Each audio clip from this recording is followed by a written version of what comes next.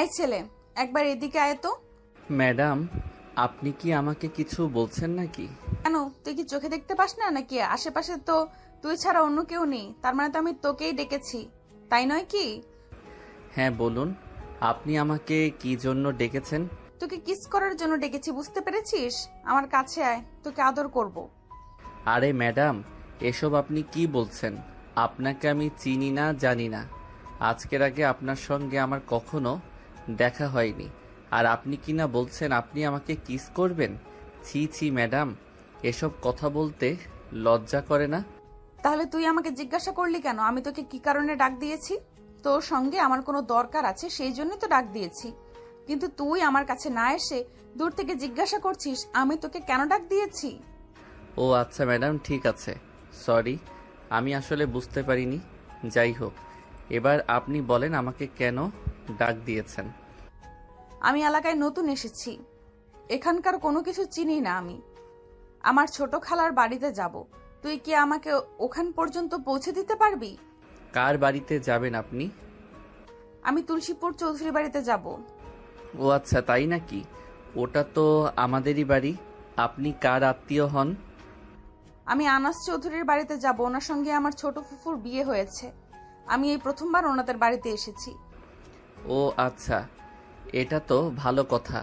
তাহলে আপনি চলুন আমার সঙ্গে, উনি আমার ছোট চাচা হন। যাই হোক, আপনাকে তো ছোট চাচার বিয়েতে দেখলাম না। এই ছেলে, তুই তো খুব বেশি কথা বলিস। আমি তোকে শুধু একটা ঠিকানায় পৌঁছে দেওয়ার জন্য বললাম, আর তুই তো একদম কথার বাজার নিয়ে বসে গেছিস। এত কথা বলিস কেন বলতো? আরে, আপনি এরকম কেন? আমি তো আপনাকে সাধারণ কিছু প্রশ্ন করলাম, এর জন্য কি এভাবে রেগে যেতে হয় নাকি? আপনি কি মঙ্গল গ্রহ থেকে উড়ে এসেছেন নাকি এখানে? একদম বেশি কথা বলা আমি পছন্দ করি না। তোকে যেটা বলেছি সেটাই কর।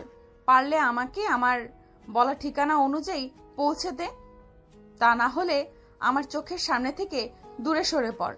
আমি নিজে নিজে এই ঠিকানা খুঁজে নিতে পারবো। আচ্ছা ঠিক আছে, আপনি চলুন আমার সঙ্গে। আরেকটা কথা বলি, আপনাকে কিন্তু দেখে মনে হয় না যে আপনি আমার থেকে বয়সে বড় হবেন। তাই এভাবে আমাকে তুই তুকারি করাটা কি খুব ভালো হচ্ছে? তো কি করব? তোকে কোলে নিয়ে নাচবো নাকি? দেখ, আমি না একদম লুতুপুতু মার্কা ছেলেদের পছন্দ করি না। ঠিক আছে ম্যাডাম, আপনি চলুন আমার সঙ্গে।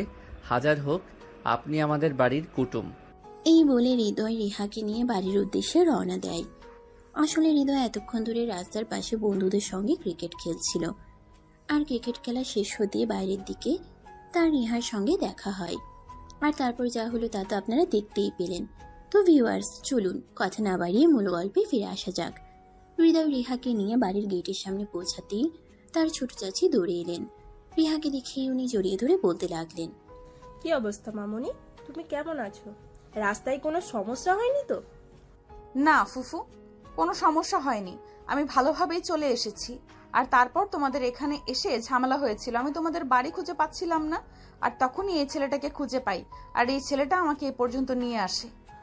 ও হৃদয় তোমাকে এই পর্যন্ত নিয়ে এসেছে, তাহলে তো ভালোই হয়েছে। যাই হোক, তুমি ভিতরে যাও, ফ্রেশ হয়ে নাও, আমি তোমার জন্য খাবার নিয়ে আসছি। এই বলে রিয়া রান্নাঘরে চলে গেল। আর এদিকে রিহা রুমে এসে ড্রেস চেঞ্জ করে ফ্রেশ হয়ে নিল, আর তারপর নাস্তা করে নিল। নাস্তা শেষ হলে রিহা কিছুক্ষণ রুমে শুয়ে বিশ্রাম নেয়, আর তারপর ছাদে চলে আসে। এইদিকে তো হৃদয় তার ছোট ভাই বোনদের নিয়ে ছাদে বসে খেলা করছিল। তখনই রিহা সেখানে আসে। হৃদয়কে এমন অবস্থায় দেখে রিহা বলতে থাকে, এই ছেলে, তোমার কি লজ্জা করে না? এইটুকু ছোট বাচ্চাদের সঙ্গে তুমি খেলা করছো। তখনই পাশ থেকে হৃদয়ের ছোট ভাই সুজয় বলে ওঠে, আরে এই মেয়েকে আপনি আর এখানে কেন এসেছেন? আরে ভাই, আস্তে কথা বলো। উনি ছোট কাকির বড় ভাইয়ের মেয়ে, উনি আমাদের আত্মীয় হন। ওনার সঙ্গে ভদ্রভাবে কথা বলো। দেখেই বোঝা যাচ্ছে এক একটা উগান্ডার বংশধর। বাড়ির মেহমানের সঙ্গে কিভাবে কথা বলতে হয় এগুলো কি এরা জানে না নাকি? ম্যাডাম, ওরা ছোট মানুষ, ছেড়ে দিন না প্লিজ। ওদের কথায় আপনি কিছু মনে করবেন না। আমি ওদের হয়ে আপনার কাছে ক্ষমা চেয়ে নিয়েছি। ওরা তো আসলে জানে না কে আপনি। যে বাড়ির বড় মানুষগুলোই এরকম, সে বাড়ির ছোট মানুষগুলো আর কেমন হবে সেগুলো কি আর আমার বুঝতে বাকি হবে নাকি? যাই হোক, তোমাকে একটা কথা বলার ছিল। আমি তো শহরে বড় হয়েছি, গ্রামের পরিবেশ আমার কখনোই সেভাবে দেখা হয়ে ওঠেনি, তাই ভাবছি কাল একটু তোমাদের গ্রামটা ঘুরে দেখব। তুমি কি আমাকে তোমাদের গ্রামটা ঘুরিয়ে দেখাতে পারবে? এই প্রথমবার রিহার মুখ থেকে হৃদয় তুমি ডাকটা শুনতে পেয়ে অনেকটাই নরম হয়ে গেল, আর তারপর বলতে লাগলো, হ্যাঁ অবশ্যই, আমি আপনাকে আমাদের গ্রামটা ঘুরিয়ে দেখাবো, আমার কোনো সমস্যা নেই। তাছাড়া এখন তো আমার পরীক্ষাও শেষ হয়ে গেছে, আপাতত হাতে কোনো কাজ নেই, বন্ধুদের নিয়ে ঘোরাঘুরি আর খেলাধুলা করেই সময় কাটাচ্ছি।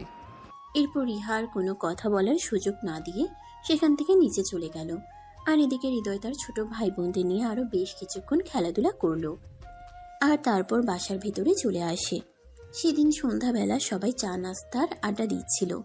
তখনই হৃদয়কে তার আব্বু বলে, হৃদয়, আগামীকাল মনে হয় তোমার এক্সামের রেজাল্ট দিবে, তো তুমি কি চিন্তা ভাবনা করেছো কোথায় ভর্তি হবে? আমি তো এখনো সেরকম ভাবে কোনো কিছুই চিন্তা ভাবনা করিনি, তোমরা যেটা বলবে আমি সেটাই করব। তাছাড়া তোমরা তো জানোই আমি কখনো তোমাদের সিদ্ধান্তের বাইরে গিয়ে কোনো কিছুই করি না। এবারেও আমি তোমাদের উপর ছেড়ে দিলাম, তোমরা যেখানে আমাকে ভর্তি করাতে চাইবে আমি সেখানেই ভর্তি হব। ভাইজান, আমি বলছিলাম কি, এবার না হয় হৃদয়কে ঢাকাতে ভর্তি করান। হ্যাঁ, সেটা তো আমিও চাইছিলাম, কিন্তু কিভাবে সেটা সম্ভব হবে সেটাই করতে পারছি না। কারণ তুমি তো জানোই আমি আমার ছেলেকে কখনোই হোস্টেলে রেখে পড়াশোনা করাবো না। আমি আমার ছেলেকে আমার কাছে কিংবা আমার কোনো আত্মীয়ের কাছে রাখতে চাই, কিন্তু ঢাকাতে সেটা অসম্ভব। ভাইজান, আপনি অসম্ভব কেন বলছেন? ঢাকাতে তো আমার বাবার বাড়ি, আর আমার ভাইয়ের বিশাল বড় একটা বাড়ি সেখানে। তাছাড়া বাড়িতে মাত্র 3 জন সদস্য, আমার ভাইয়া, ভাবি আর তাদের একমাত্র মেয়ে। হৃদয় যদি সেখানে চলে যায় তাহলে তাদের কোনো সমস্যা হবে না।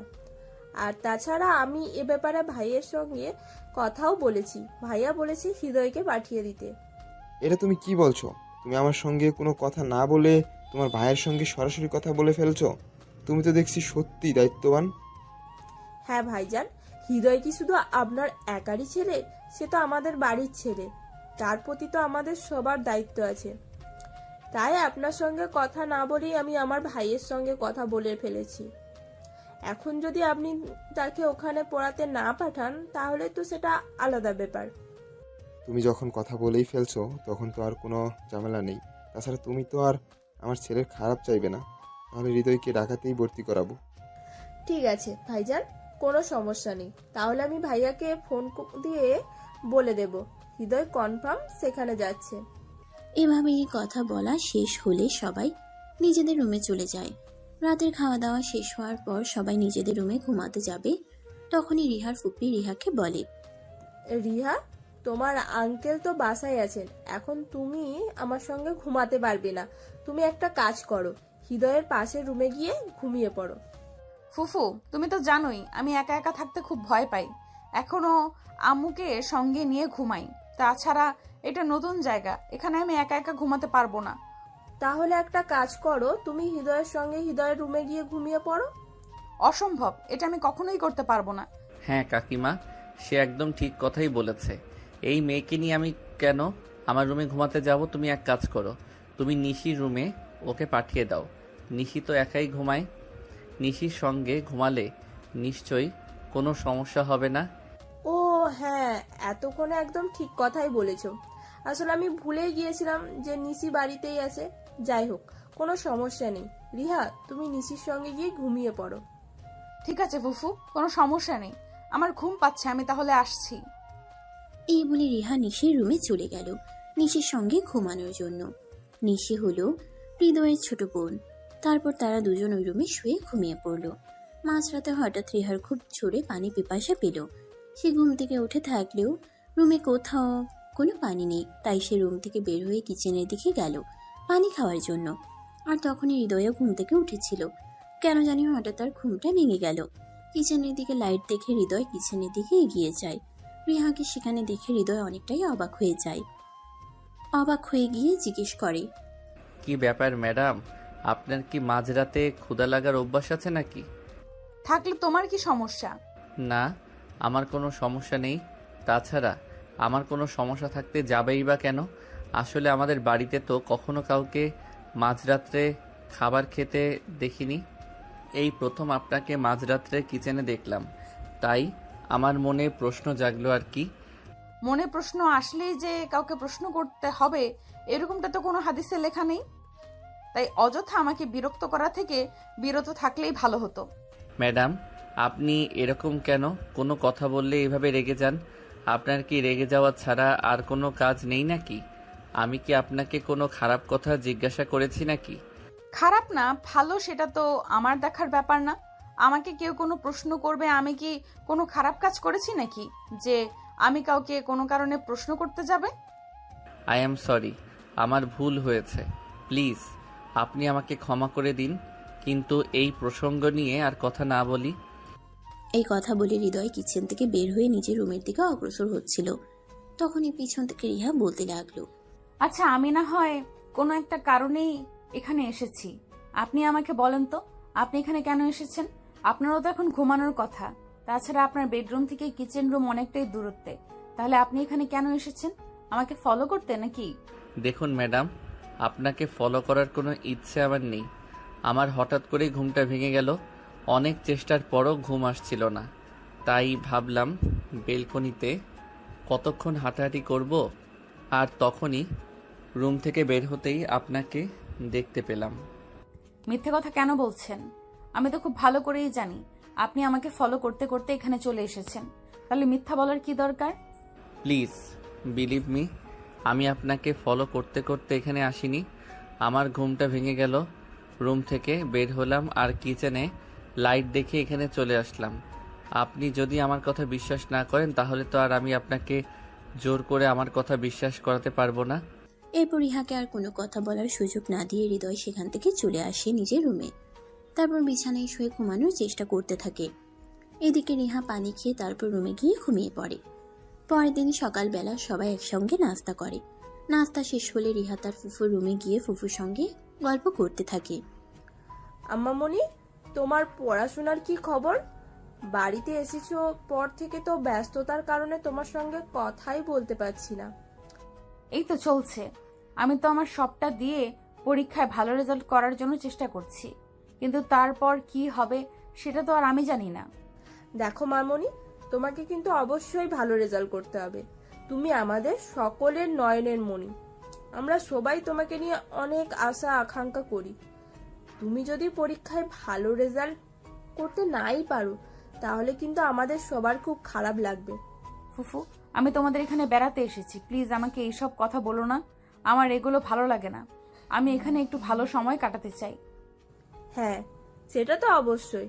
আচ্ছা ঠিক আছে, কোনো সমস্যা নেই। হৃদয়ের কাজ একদম শেষ হয়ে গেছে। আমি ওকে বলবো তোমাকে আমাদের গ্রামটা ঘুরিয়ে দেখাতে। ঠিক আছে, কোনো সমস্যা নেই। তুমি তো জানোই গ্রাম আমার অনেক পছন্দের। যদিও আব্বুর চাকরির কারণে কখনোই আমাদের গ্রামে থাকা হয় না। এখন আমার গ্রামে বিয়ে হয়েছে, এখন তুমি চাইলেই যে কোনো সময় গ্রামে চলে আসতে পারো আর এখানে সময় কাটাতে পারো। আচ্ছা ঠিক আছে, এখন তুমি তাহলে তোমার ওই ভাসুরের ছেলেকে বলো আমাকে নিয়ে ঘুরে আসতে। রিহার এই কথা শুনে রিয়া তখন হৃদয়কে ডাকতে চায়। রিয়া হৃদয়ের রুমে গিয়ে দেখে হৃদয় তখনও ঘুমাচ্ছে। তাই রিয়া হৃদয়কে ঘুম থেকে তুলে। কি হলো, তুমি এখনো ঘুম থেকে উঠছো না কেন? সকাল 11টা বেজে গেছে, এবার তো বাবা ঘুম থেকে ওঠো। কাকিমা, আমায় ডাকছো কেন? আমায় আর একটু ঘুমাতে দাও। আমার কোনো কাজ নেই। তাছাড়া আমি তো একটু ঘুম পাগলা টাইপের, সেটা তো তুমি জানোই। হ্যাঁ রে বাবা, ওই সব কিছু আমি জানি, কিন্তু এখন তোমাকে ঘুম থেকে উঠতে হবে। কারণ তুমি তো জানোই রিহা আমাদের এখানে বেড়াতে এসেছে আর ও গ্রাম খুব পছন্দ করে, তাই গ্রাম ঘুরে দেখতে চাইছে। এখন তো বাড়িতে তুমি ছাড়া অন্য কেউ নেই ওকে নিয়ে ঘুরে বেড়ানোর জন্য। আচ্ছা ঠিক আছে, কোনো সমস্যা নেই, তুমি যাও। আমি 20 মিনিটের মধ্যে রেডি হয়ে আসছি। তবে হ্যাঁ, একটা কথা তোমায় বলে রাখি, তোমার ভাতিজি কিন্তু প্রচণ্ড বদমেজাজি, খুব খারাপ আচরণ করে মানুষের সঙ্গে। ওকে বলবে যদি আমার সঙ্গে ভালো আচরণ করে তবেই আমি ওর সঙ্গে যাব। আচ্ছা ঠিক আছে, কোনো সমস্যা নেই। আমি রিহাকে বলে দেব ও যেন তোমার সঙ্গে কোনো খারাপ আচরণ না করে। এই বলে রিয়া হৃদয়ের রুম থেকে বের হয়ে চলে যায়। আর এদিকে হৃদয় বিছানা থেকে নেমে ফ্রেশ হয়ে রেডি হয়ে নেয়। সকালে 11:30-এর দিকে হৃদয় ড্রয়িং রুমে আসে, আর ড্রয়িং রুমে এসে এসে দেখতে পায় রিহা রেডি হয়ে তার জন্য অনেকক্ষণ ধরেই অপেক্ষা করছে। রিহা এমনিতেই যথেষ্ট সুন্দরী, তবে খুবই হ্যাংলা পাতলা একটা মেয়ে। এদিকে আজ রিহা পিঙ্ক কালারের একটা শাড়ি পরেছে, সেই সঙ্গে ম্যাচিং করা কাচের চুড়ি, কানে এক জোড়া ঝুমকো, আর চুলগুলো খুলে রেখেছে। এতে যেন মনে হচ্ছে স্বর্গ থেকে এক পরী নেমে এসেছে। এটা দেখে হৃদয় নিজের মন থেকেই গেয়ে উঠল। খাইরুন লো, তোর লম্বা মাথার কেশ, চিরল দাঁতের হাসি দিয়া পাগল করলি দেশ, হাত দুখানা কাচের জড়িয়ে ঝুমুর ঝুমুর বাজে। ব্যাস এই পর্যন্তই। এরপরে রিহা ধমক মেরে বলে উঠল, স্টপ দিস ননসেন্স। এসব কি হচ্ছে? কি সব আবল তাবলের মতো গান গাওয়া শুরু করে দিয়েছেন? এসব আবালের গান বন্ধ করেন, আর এখন আমাকে নিয়ে বের হবেন কিনা সেটাই বলেন। আপনার এসব আবাল মার্কা গান শুনে আমার তো মেজাজ খারাপ হয়ে যাচ্ছে। তো আমি কি করব বলেন? আপনি এত সুন্দর করে সাজুগুজু করেছেন, আর আপনার চুলগুলো এত সুন্দর দেখতে, এত সুন্দর লাগছে, তো কি করব? আমার মনে গান চলে আসলো। দেখো, একদম ফ্লার্টিং করার চেষ্টা করবে না। আমি খুব ভালো করেই জানি আমি দেখতে কেমন, তাই আমাকে পাম দেওয়ার কোনো প্রয়োজন নেই। আসলে এই কথাটা সত্য যে মেয়েদের সামনে কখনো সত্য কথা বলতে হয় না, কারণ সত্য কথা বললে মেয়েরা কখনোই সেটা বিশ্বাস করে না, উল্টে আরো পাশের মানুষটাকে হাজারটা কথা শুনিয়ে দেয়। হয়েছে, আপনাকে আর সত্য কথা বলতে হবে না। আপনাকে এত সত্য কথা বলার জন্য কে বলেছে বলেন? এখন কি আপনি বের হবেন, নাকি আমি জামা কাপড় খুলে ফেলবো? আরে না, এসব আপনি কি বলছেন? চলুন তো ম্যাডাম, কিসে করে যাবেন, গাড়িতে না বাইকে? তুমি বাইক চালাতে পারো? আরে ম্যাডাম, আমি ছেলে মানুষ, আমি যদি বাইক চালাতে না পারি তাহলে কি করব? আমি খুব ভালো বাইক চালাতে পারি। আপনার ইচ্ছে থাকলে আপনি আমার সঙ্গে যেতে পারেন। তাহলে বাইকেই যাব, আমার বাইকে যেতে খুব ভালো লাগে।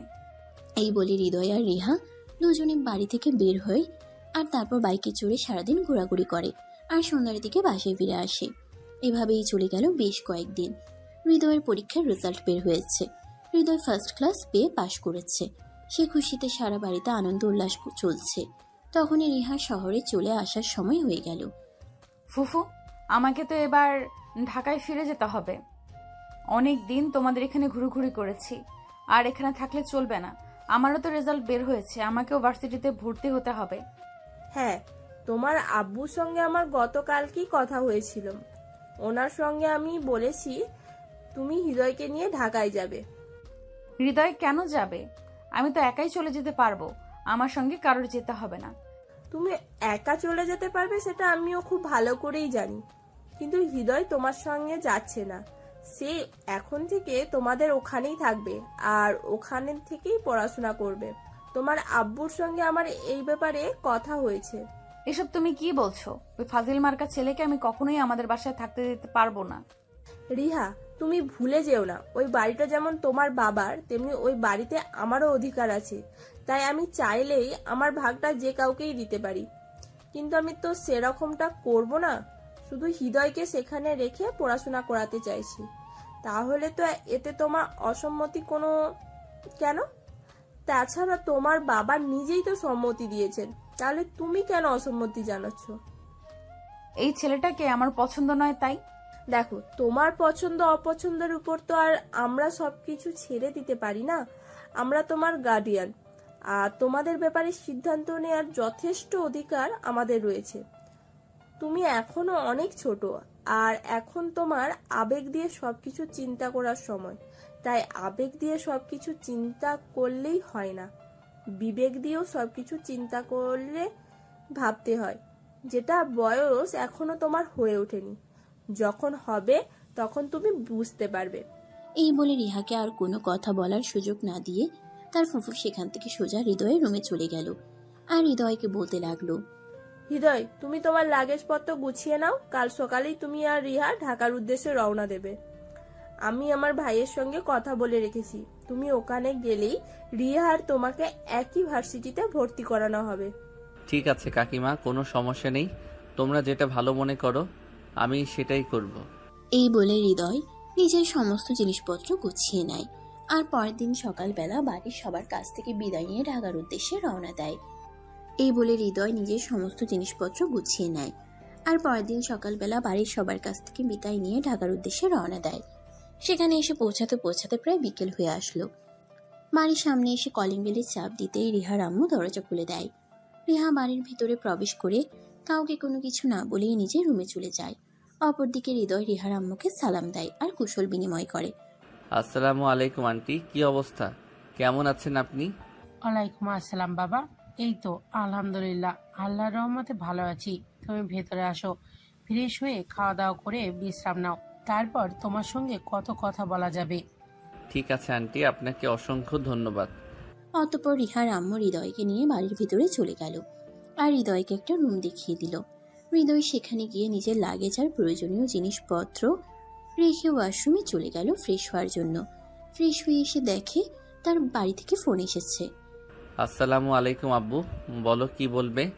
ওয়ালাইকুম আসসালাম বাবা। তুমি কি ঢাকায় গিয়ে ঠিকঠাক মতো পৌঁছেছো? হ্যাঁ আব্বু, এই তো কিছুক্ষণ হলো আমি এখানে এসে পৌঁছেছি। এই তো সবেমাত্র ফ্রেশ হয়ে আসলাম। আচ্ছা বাবা, ঠিক আছে, কোনো সমস্যা নেই, তুমি কোনো চিন্তা করো না। ওখানে তোমার আঙ্কেল আন্টি আছেন, ওনারাই তোমার সব কিছু দেখে নেবেন। আচ্ছা আব্বু, ঠিক আছে, তাহলে এখন রাখি, পরে ফোন করে কথা বলা যাবে। এই বলে হৃদয় ফোনটা কাটতে না কাটতেই ডাইনিং টেবিল থেকে রিহার আম্মুর গলার আওয়াজ শুনতে পেল। হৃদয়, ও হৃদয়, একবার ড্রয়িং রুমের টেবিলে আসো, আমি তোমার জন্য খাবার নিয়ে আসছি। আচ্ছা আন্টি, ঠিক আছে, আমি এক্ষুনি আসছি। এই বলে হৃদয় খাবার খাওয়ার জন্য টেবিলে চলে গেল। সে টেবিলে গিয়ে বসতেই রিহার আম্মু তাকে খাবার বেড়ে দিল। সে খাওয়া শুরু করলো, কিন্তু রিহা খাবার টেবিলে আসেনি। এটা দেখে হৃদয় রিহার আম্মুকে প্রশ্ন করলো। আন্টি রিহা কোথায়? ও তো আমার সঙ্গে সকালবেলা বাসা থেকে খাওয়া দাওয়া করে বের হয়েছে, ওরও তো খাবার খাওয়া প্রয়োজন, ও আসেনি কেন? ওর কথা বলো না বাবা, ওর যে কখন কি হয় সেটাই বুঝে উঠতে পারি না। তুমি খাবারটা খেয়ে নাও, ওর যখন রাগ মিটে যাবে ও নিজে এসে খাবার খেয়ে নেবে। ও আচ্ছা, বুঝতে পেরেছি, কিন্তু ও কেন রাগ করেছে? আমি এখানে এসেছি বলে? না বাবা, সেরকম কোনো ব্যাপার নাই, এসব কিছু নিয়ে তোমাকে চিন্তা করতে হবে না। তুমি তোমার মতো এখানে থাকো, আমি সবকিছু তোমার কাকির কাছ থেকে শুনেছি, ওসব নিয়ে তুমি একদম চিন্তা করবে না, আমরা এখনো বেঁচে আছি। কিন্তু তারপরেও আন্টি, ও আমাদের মেয়ে, আমার জন্য ওর এখানে কোনো সমস্যা হলে আমার তো এখানে থাকা উচিত নয়, আমি না হয় গ্রামে ফিরে যাই। না বাবা, এই কথাটা যতটুকু বলেছো তো বলেছো, আর ভুল করেও এই কথাটা বলো না, তাহলে তোমার কাকিমা অনেক ঝগড়াঝাটি করবে। তুমি তো জানোই তোমার কাকিমা কেমন মানুষ, উনি নিজ দায়িত্বে তোমাকে এখানে পাঠিয়েছে, আর এখন যদি তোমাকে এখান থেকে ফিরে যেতে হয় তাহলে এর পরিণাম কি হবে তুমি জানো না? কিন্তু তাই বলে আমার জন্য আরেকজনের ঝামেলা? এইসব কিছু না বাবা, দেখবে 2-3 দিন গেলে এমনি এমনি সবকিছু ঠিক হয়ে যাবে। এখন তুমি খাবার খাওয়া শুরু করো তো, ওকে নিয়ে চিন্তা কোনো কারণ নেই। হৃদয় তখন আর কোনো কথা না বলে চুপচাপ খাবার খেতে শুরু করলো। খাওয়া দাওয়া শেষ হলে সে নিজের রুমে গিয়ে ঘুমিয়ে পড়ল। অপরদিকে রিহার আম্মু রিহার সঙ্গে কথা বলতে গেল। কি ব্যাপার রিহা, এসব কি হচ্ছে? তুমি এগুলো কেন করছো? আমার ইচ্ছে হয়েছে তাই আমি করছি। তুমি জানো না আমি বেশি মানুষ দেখতে পছন্দ করি না। এই সব কিছু জানার পরেও ফুফু কেন এরকমটা করলো? ফুফু তো জানতো আমি বাইরের মানুষ আমার বাড়িতে একদম অ্যালাউ করি না, তারপরেও এরকমটা করেছে। দেখো মা, এসব ব্যাপার নিয়ে তুমি একদম ঝামেলা করো না। ছেলেরা তো এখানে সারা জীবনের জন্য চলে আসেনি, এই তো কয়েকটা বছর থাকবে, মাত্র পড়াশোনা শেষ হলে তারপর তো এখান থেকে চলেই যাবে, তাহলে এত ঝামেলা করার কি আছে? তাছাড়া সে তো আর তোমার রুমে থাকছে না, সে তো আলাদা রুমেই থাকছে। সে যাই হোক না কেন, আমি এসব একদম সহ্য করতে পারবো না। তুমি এই ছেলেটাকে বলো এখান থেকে চলে যেতে। রিয়া, তুমি এসব ফালতু বকা বন্ধ করো। তোমার আব্বু যদি এসব জানতে পারে তাহলে কিন্তু তোমার আব্বুও প্রচন্ড ক্ষেপে যাবে। সে তুমি চেষ্টা করে দেখতেই পারো, কিন্তু কোনো কাজ হবে না। আব্বুটা আমার, আমি জানি আমার আব্বু কখন কি করে না করে। আর তুমি হয়তো এটা ভুলে গেছো যে আমার আব্বু আমার পছন্দের কাজগুলোই করতে পছন্দ করে। দেখো, সবটা কিন্তু এক ব্যাপার নয়। এখানে তোমার ফুপু হৃদয়কে পাঠিয়েছে, আর তোমার আব্বু তোমাকে যতটা না ভালোবাসে তোমার ফুপুকে তার চেয়েও বেশি ভালোবাসে, এটা তুমি জানো না? ঠিক আছে, এটা সময় হলে দেখা যাবে, আগে আব্বু বাড়িতে আসুক। রিহা আম্মু তখন কোনো কথা না বলে চুপচাপ রুম থেকে বের হয়ে নিজের রুমে চলে গেলেন। আর এদিকে রিহা অপেক্ষা করতে লাগলো কখন তার বাবা বাড়িতে আসবে আর সবকিছু তার বাবাকে খুলে বলবে। রাত 10টার দিকে তার বাবা বাড়িতে আসলো। ইউনিফর্ম খুলতে যাবে তখন রিহা তার বাবার রুমে প্রবেশ করে। তার বাবা রিহাকে দেখে বলল, কি ব্যাপার মামনি, কি হয়েছে? তোমাকে এরকম দেখাচ্ছে কেন? আর বাসায় কখন আসলে? আমাকে ফোন দিয়ে জানালে না? রিহা তখন কোনো কথা না বলে মুখ গোমড়া করে বসে রইল। এটা দেখে তার আব্বু খুব ভালোভাবে বুঝতে পারলো তার মেয়ের মন খারাপ হয়েছে। তাই তিনি রিহার কাছে গিয়ে বসলেন আর তার মাথায় হাত রেখে বলতে লাগলেন, কি ব্যাপার মামনি, কি হয়েছে? তোমার মন খারাপ কেন? কেউ কি তোমার কিছু বলেছে? আব্বু, আমি তো তোমার সন্তান, তাই নাকি? তুমি তো আমার যেটাতে ভালো হবে সেটাই করবে, তাই না? হ্যাঁ অবশ্যই মা, তুমি যেটা কমফোর্টেবল তুমি যেটাতে তুমি খুশি থাকবে, আমি তো সেটাই সব সময় করার চেষ্টা করি। কেন, কি হয়েছে? এসব কথা এখন কেন বলছো? আব্বু, ফুফু তার ভাসুরের ছেলেকে এখানে পাঠিয়েছে পড়াশোনা করানোর জন্য, কিন্তু আমি এটা চাই না। আমি চাই না ছেলেটা আমাদের বাড়িতে থাকুক। এসব তুমি কি বলছো মা? তোমার কি মাথা খারাপ হয়ে গেছে? তুমি তো জানোই তোমার ফুফু সম্পর্কে এসব কথা যদি তোমার ফুফু জানতে পারে তাহলে কিন্তু প্রচন্ড রাগ করবে। তাছাড়া এই বাড়িতে যতটুকু অধিকার আছে ঠিক তোমার আর চাইতে বেশি অধিকার কিন্তু তোমার ফুপুর, কারণ তুমি পরের জন্ম নিয়েছো আর তোমার ফুপু কিন্তু আগে জন্ম নিয়েছে। তাই তোমার ফুপুর সিদ্ধান্তে কে অবহেলা করো না। তার মানে আমি খুব ভালোভাবেই বুঝতে পেরেছি এই বাড়িতে আমার কোনো মূল্য নেই। আমি যাই কিছু করি আর যাই কিছু বলি না কেন, কেউ আমার কোনো কথাই শুনবে না। তোমাদের কথাই সর্বোপরি বহাল থাকবে, তাই না? দেখো আম্মু, বিষয়টা আসলে এরকম নয়, তুমি বিষয়টা বোঝার চেষ্টা করো। আমি আর কোনো কিছু বুঝতে চাই না। আমি খুব ভালোভাবেই বুঝতে পেরেছি এবার এটি যে আমার সিদ্ধান্তের কোনো মূল্য নেই। যাই হোক, তোমাদের যেটা ভালো মনে হয় তোমরা সেটাই করো। তবে একটা কথা আমি তোমাদেরকে বলে দিচ্ছি, ওই ছেলেটা যেন আমার রুমের আশেপাশেও না যায় আর আমাকে সব সময় যেন দূরে দূরে থাকার চেষ্টা করে। এসব তুমি কেমন কথা বলছো?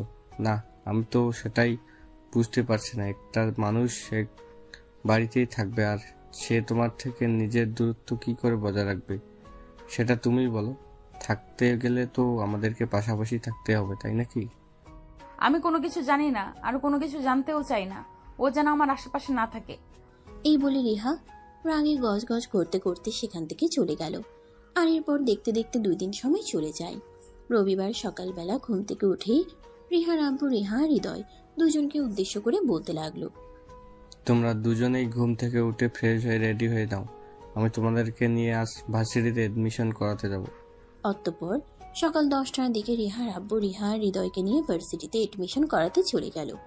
তিনি দুজনকেই একই ভার্সিটিতে ভর্তি করালেন।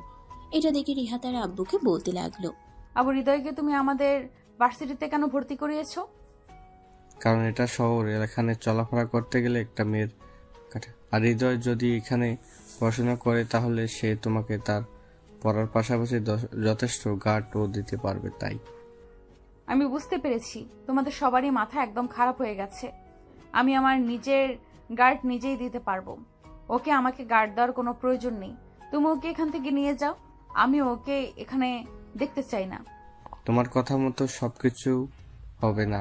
তোমাকে যেটা বলেছি তোমাকে সেটাই মেনে নিতে হবে, অন্যথায় তোমার ভার্সিটিতে পড়াশোনা করাই হবে না। আমি সারাদিন আমার ডিউটি নিয়ে ব্যস্ত থাকি। অপরদিকে তোমার আম্মু ও তোমাকে যথেষ্ট সময় দিতে পারে না। তাই তুমি যদি আমার প্রস্তাব মেনে নাও তাহলে তোমার পড়াশোনাই বন্ধ করে দিতে হবে। আমি বুঝতে পারছি না কি হচ্ছে এসব আমার সঙ্গে। এরপর রিহার আব্বু রিহা আর হৃদয়কে ক্লাসরুম পর্যন্ত পৌঁছে দিয়ে সেখান থেকে চলে গেল। সেটি হলো তাদের প্রথম দিন ইউনিভার্সিটিতে। ভার্সিটি ছুটি হয় দুপুর 2টার দিকে। তারপর রিহা আর হৃদয় বাসায় চলে আসে। বাসায় আসতেই রিহার আম্মু রিহাকে জিজ্ঞাসা করে, কি ব্যাপার মামনি, প্রথম দিন ভার্সিটিতে তোমার কেমন কাটলো? যেমন ইচ্ছে তেমন, তাতে তোমাদের কি? তোমরা তো আমাকে এখন চোখের কাঁটা মনে করছো। আমাকে উপরে ফেলতে পারলেই ভালো, তাই না? এমন কথা কেন বলছো তুমি? আমরা কি তোমার সৎ বাবা মা নাকি? এখন তো আমার এটাই মনে হচ্ছে তোমরা মনে হয় আমার সৎ বাবা মা। তাই তো আমার সঙ্গে এরকম আচরণ করছো তোমরা। আমার নিজের বাবা মা হতে তাহলে তো আমার সঙ্গে এরকম আচরণ করতে পারতে না। তাহলে তো অন্তত একবার তোমরা আমার ইচ্ছা অনিচ্ছার কথা জানতে চাইতে, আমার ইচ্ছা অনিচ্ছাগুলোকে গুরুত্ব দিতে। বুঝতে পেরেছি তোমার অভিমানের কারণটা কি। তুমি রুমে যাও। আচ্ছা হৃদয়, এবার তুমি বলো তো তোমাদের আজকের দিনটা কেমন কাটলো? এই তো আন্টি, আলহামদুলিল্লাহ ভালো। আচ্ছা ঠিক আছে, তোমার সঙ্গে এই ব্যাপারে পরে কথা বলবো। এখন তুমি একটা কাজ করো, তাড়াতাড়ি ফ্রেশ হয়ে আসো, দুপুরের খাবার খাবে।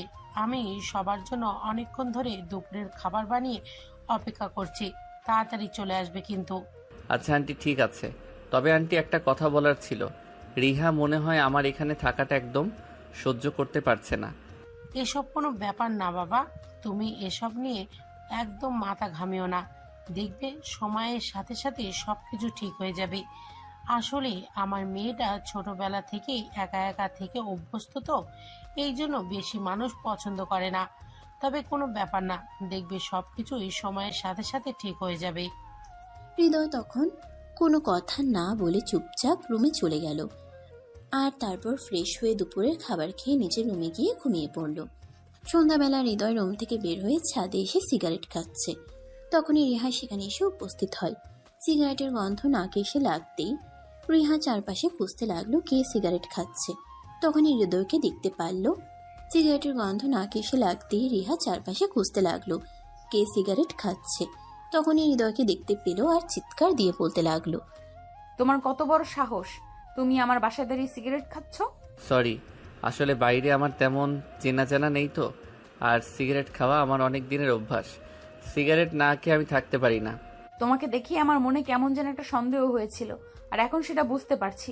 আসলে তুমি কি শুধু সিগারেট খাও নাকি এর ভেতরে অন্য কিছুও চলে? আরে না, এসব তুমি কি বলছো? অন্য কিছু কেন চলতে যাবে? আমি তো শুধু সিগারেটই খাই। আসলে বন্ধুদের সঙ্গে থাকতে থাকতে কখন যে এটা অভ্যাস হয়ে গেছে এটাই বুঝতে পারিনি। এখন ভাবছি এটা ছেড়ে দেব।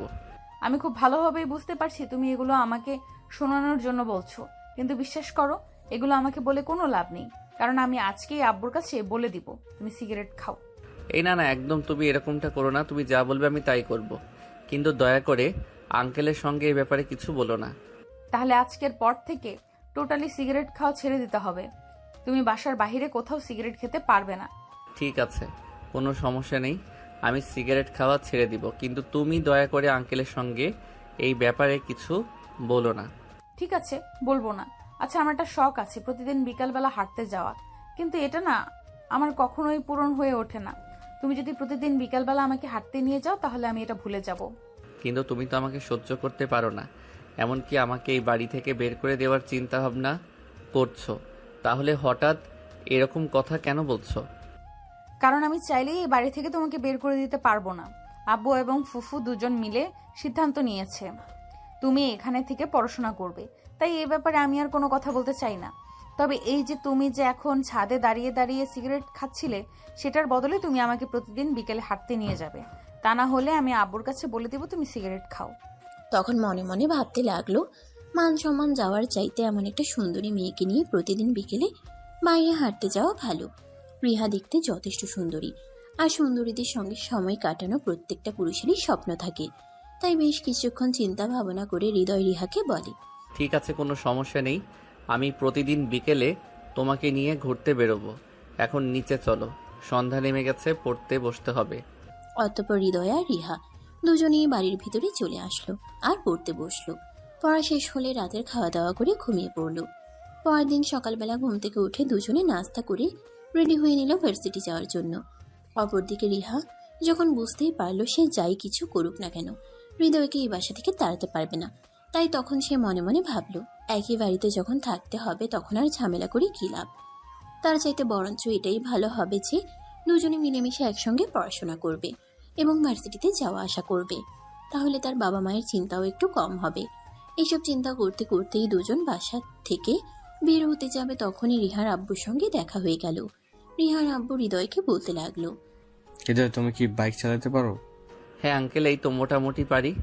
ঠিক আছে, তাহলে আজ ভার্সিটি থেকে আসলে তোমাকে নিয়ে বাইকের শোরুমে যাবো, আর তারপর তোমাকে একটা বাইক কিনে দেবো। কারণ গাড়িতে যাতায়াত করতে তোমাদের হয়তো একটু প্রবলেম হতে পারে, কারণ ঢাকা শহরের রাস্তা যানজট তো আছেই। তাই একটা বাইক কিনে দিলে তোমরা দুজনেই সময় মতো ভার্সিটিতে পৌঁছে যেতে পারবে। হ্যাঁ আব্বু, এটা তো তুমি একদম ঠিক কথাই বলেছো। আসলে আমিও মনে মনে এরকমটাই ভাবছিলাম। আসলে আমাদের ঢাকা শহরের রাস্তায় যেরকম যানজট, তার জন্য তো প্রতিদিন সময় মতো ভার্সিটিতেই পৌঁছানো যায় না। তাই তুমি যদি হৃদয়কে একটা বাইক কিনে দাও তাহলে খুবই ভালো হয়। আচ্ছা ঠিক আছে, বিকেলে ভার্সিটি ছুটি হওয়ার পর বাসায় আসো, তারপর তোমাদের দুজনকে নিয়েই বাইকের শোরুমে যাব, তা না হলে আবার লেট হয়ে যাবে। এই বলে হৃদয় আর রিহা দুজনেই ভার্সিটির উদ্দেশ্যে বেরিয়ে পড়ল। সেদিন বিকেল বেলা দুজনে বাসায় আসতেই রিহার আব্বু দুজনকে নিয়ে বাইকের শোরুমে গেল আর হৃদয়কে তার পছন্দ মতো একটা বাইক কিনে দিল। এরপর থেকে দুজনে বাইকেই আসা যাওয়া করত। কিন্তু হঠাৎ করে একদিন হৃদয় খুব বেশি অসুস্থ হয়ে পড়ল। তার খুব জ্বর, কিন্তু 1-2 দিন পরে ছিল তাদের এক্সাম। সেই কারণে রিহাকে ইউনিভার্সিটি যেতেই হবে, কারণ আজ ভার্সিটিতে কিছু নোটস দেবে, সেগুলো আনতে হবে। তাই হৃদয় রিহাকে বলল, রিহা তুমি একটা কাজ করো, তুমি একা একাই ভার্সিটিতে চলে যাও। আজ তো আমার শরীরটা খুবই খারাপ, আমি তো যেতে পারবো না। আর 2 দিন পর থেকেই আমাদের এক্সাম শুরু হতে যাচ্ছে, এখন নোটসগুলো না আনলেও তো চলবে না। ঠিক আছে, কোনো সমস্যা নেই, তুমি কোনো চিন্তা করো না, আমি ভার্সিটি পৌঁছে যেতে পারবো। আমি আম্মুকে বলে যাব তোমাকে ওষুধগুলো খাইয়ে দিতে, তুমি ওষুধ খেয়ে তারপর বিশ্রাম নাও। এই বলে রিহা বাসা থেকে বেরিয়ে পড়ল। তারপর ভার্সিটি ছুটি হলেও রিহা ক্যাম্পাস থেকে বের হতে যাবে, তখনই কয়েকটা ছেলে পেলে এসে তার সামনে দাঁড়ালো আর বলতে লাগলো, এই সুন্দরী দাঁড়াও, তোমার সঙ্গে অনেকদিন ধরে কথা বলবো ভাবছি, কিন্তু ওই শকুনের বাচ্চাটার জন্য তো পারছি না। এই বলে রাজ আর তার বন্ধুরা মিলে রিহার পথ আগলে দাঁড়ালো। রিহা তখন তাদেরকে বলতে লাগলো, এইসব কি করছেন আপনারা? প্লিজ আমার পথ থেকে সরে দাঁড়ান, আমাকে বাসায় যেতে হবে। আরে সুন্দরী, এত বাসার যাওয়ার জন্য তারা কিসের? আজ ওই শকুনের বাচ্চাটা আসেনি তাই। যাই হোক সুন্দরী, চলো, তোমাকে না আমার পছন্দ হয়েছে, তোমাকে নিয়ে একটু লং ড্রাইভ করে আসি। আরে আপনি আমার পথ থেকে সরে দাঁড়ান, বললাম তো আমাকে বাসায় যেতে হবে। আরে বললাম তো তোমাকে আমি তোমার বাসা পর্যন্ত পৌঁছে দিব, তাই এত তাড়াহুড়ো করো না, চলো আমার সঙ্গে একটু ঘুরে আসি, তারপর আমি নিজ দায়িত্বে তোমাকে বাসায় পৌঁছে দিব। এই বলে রাজ আর তার বন্ধুরা মিলে রিহাকে জোর করে তাদের গাড়িতে ওঠানোর চেষ্টা করছিল। তখনই রিহা চিৎকার করতে লাগলো, আর এসব কি করছেন আপনারা? আমাকে জোর করে আপনাদের গাড়িতে তুলছেন কেন? প্লিজ ছেড়ে দিন আমাকে। কে কোথায় আছো? বাঁচাও আমাকে, প্লিজ হেল্প মি। কে কোথায় আছো? আমাকে বাঁচাও। রিহার এরকম চিৎকার শুনে ভার্সিটির প্রিন্সিপাল সেখানে চলে আসলেন আর প্রিন্সিপাল সবাইকে উদ্দেশ্য করে বলতে লাগলেন, আরে এসব কি করছো তোমরা? তোমরা জানো এই মেয়েটা কে? কার সঙ্গে তোমরা পাঙ্গা নিতে চলছো? আরে প্রিন্সিপাল সাহেব, আপনি কেন এখানে ঝামেলা করতে এসেছেন? এখান থেকে মানে কেটে পড়ুন, আমাদের সঙ্গে ঝামেলা করতে আসবেন না। আপনি তো আমাদের সম্পর্কে খুব ভালো করেই জানেন, তাই আশা করি আপনাকে ওভাবে বলার কিছুই নেই। এই বলে রাজ আর তার বন্ধুরা মিলে রিহাকে জোর করে গাড়িতে তুলে নিল আর তারপর সেখান থেকে চলে গেল। এদিকে ভার্সিটির প্রিন্সিপাল কোনো উপায়ান্তর না পেয়ে সঙ্গে সঙ্গে রিহার আব্বু নম্বরে ফোন করলো। আসসালামু আলাইকুম প্রিন্সিপাল সাহেব, কি ব্যাপার আজ হঠাৎ আপনি আমাকে ফোন করলেন? মিস্টার অজয়, একটা খুব বড় সমস্যা হয়ে গেছে। আপনার মেয়ে আজ একাই ভার্সিটি এসেছিল আর আমাদের ভার্সিটির সিনিয়র ডিপার্টমেন্টের কিছু ছেলে রিহাকে তুলে নিয়ে গেছে। আপনি প্লিজ কিছু একটা করুন।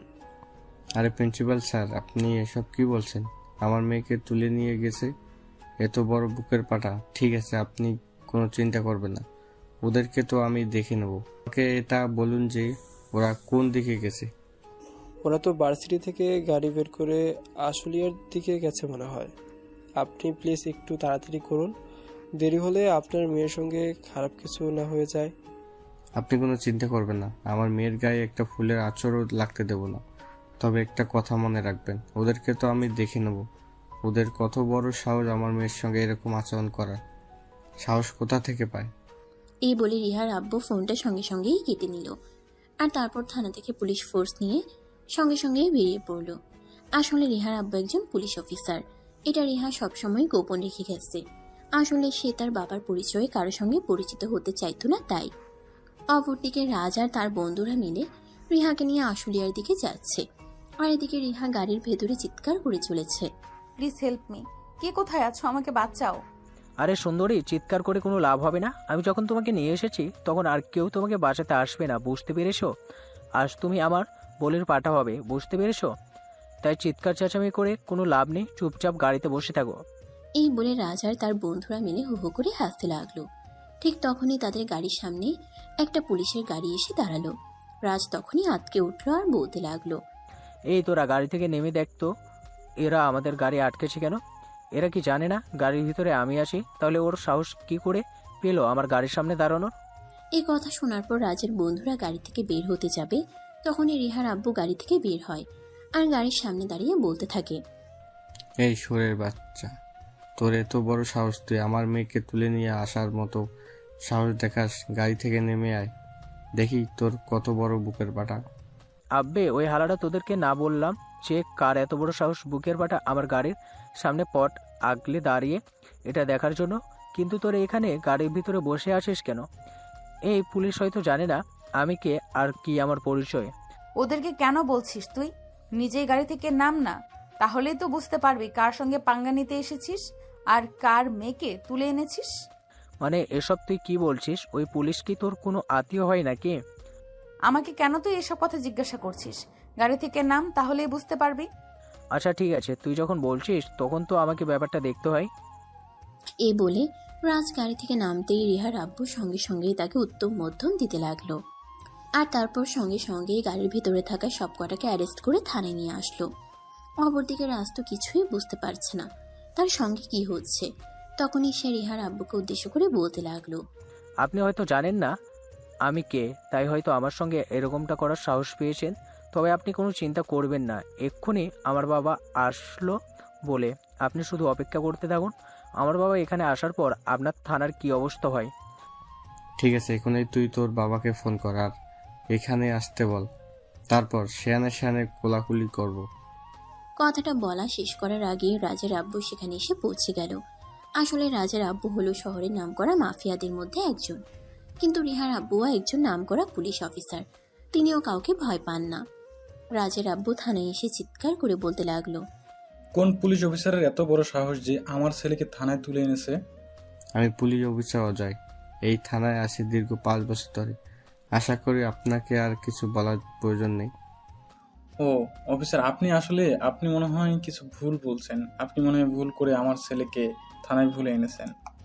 ভুল করব তাও আবার আমি? এটা আপনি ভাবলেন কি করে? আপনার ছেলে যেটা করেছে তার শাস্তি তাকে পেতেই হবে। আমি তাকে যতক্ষণ পর্যন্ত শাস্তি দিতে না পারবো ততক্ষণ পর্যন্ত মনে শান্তি পাবো না। তাই তাকে শাস্তি না দেওয়া পর্যন্ত কারোর কথা শুনতে চাই না। প্লিজ অফিসার, আপনি এরকমটা করবেন না। আমার ছেলে না হয় না জেনে একটা ভুল করে ফেলেছে, কিন্তু তাই বলে আপনি তাকে এভাবে শাস্তি দিতে পারেন না। প্লিজ এই প্রথম আর শেষবারের মতো আপনি আমার ছেলেকে ক্ষমা করে দিন। আমার ছেলে কখনো আপনার মেয়ের আশেপাশেও যাবে না, এটা আমি আপনাকে কথা দিলাম। আই এম সরি মিস্টার, আমি আপনার কথা রাখতে পারলাম না। যে শহরে আমার মতো একজন পুলিশ অফিসার মেয়েকে এরকম হয়রানি শিকার হতে হয়, সেই শহরের সাধারণ জনগণ কিংবা তাদের মেয়েরা কিভাবে শান্তিতে থাকে আমি সেটাই বুঝতে পারছি না। যাই হোক, আপনি এখন আসতে পারেন। আপনার ছেলেকে কাল কোর্টে তোলা হবে, তারপর সেখানেই আপনার সঙ্গে দেখা হবে। প্লিজ অফিসার, দেখুন আমার ছেলে ছোট মানুষ, বুঝতে পারেনি। দেখুন আমরা তো বড় হয়েছি, চলুন না আমরা এই বিষয়টাকে ম্যানেজ করে ফেলি। কেন শুধু শুধু ঝামেলা তৈরি করছেন? আমি কোনো ঝামেলা তৈরি করছি না, আর কোনো ঝামেলা তৈরি করতে চাইছিও না। আপনি প্লিজ এখান থেকে চলে যান, এটাই আপনার জন্য ভালো হবে। তা না হলে কিন্তু আমি আপনাকে অপরাধীকে সাহায্য করার কারণে গ্রেপ্তার করতে 2 বার চিন্তা করব না। অফিসার, ঠিক আছে অফিসার, আমি চলে যাচ্ছি, কিন্তু একটা কথা মনে রাখবেন, আমি আমার ছেলেকে জেলে দিতে দিব না। আমি আমার ছেলেকে মুক্ত করেই নেব। কিন্তু আপনি যেটা করলেন সেটা কিন্তু একদম ভালো করলেন না। আমার ভালো আপনাকে চিন্তা করতে হবে না, আপনি বাসায় ফিরে আপনার ছেলে চিন্তা করেন। ছেলেকে যদি আজ ভালো কিছু শিক্ষা দিতেন তাহলে আপনাকে আজ হয়তো এখানে আসতে হতো না। রাজের আব্বু তখন আর এই কথার কোনো উত্তর না দিয়ে থানা থেকে বের হয়ে বাসায় চলে গেল। আর পরের দিন রাজকে কোর্টে পেশ করা হলো, আর তারপর জজ সাহেবের সামনে তার বিরুদ্ধে অভিযোগ পেশ করা হলো। সবকিছু শুনে জজ সাহেব রাজকে 6 মাসের কারাদণ্ড দিল। বিচার সভা শেষ হলে রাজকে জেল হাজতে নিয়ে যাওয়া হচ্ছিল।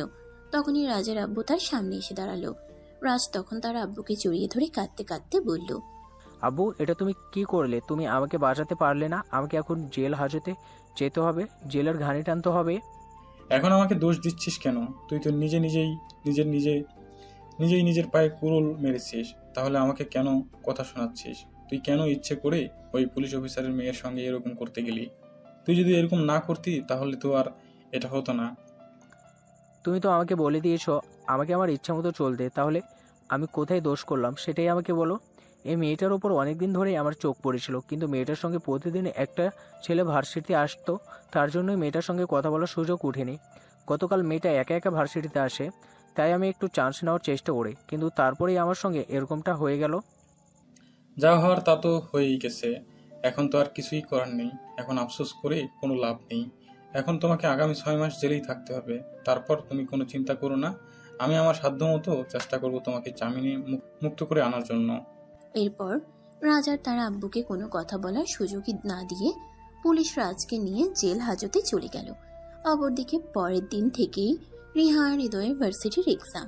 হৃদয় এখন মোটামুটি সুস্থ, তাই সকালবেলা ঘুম থেকে উঠেই রেডি হয়ে নিল।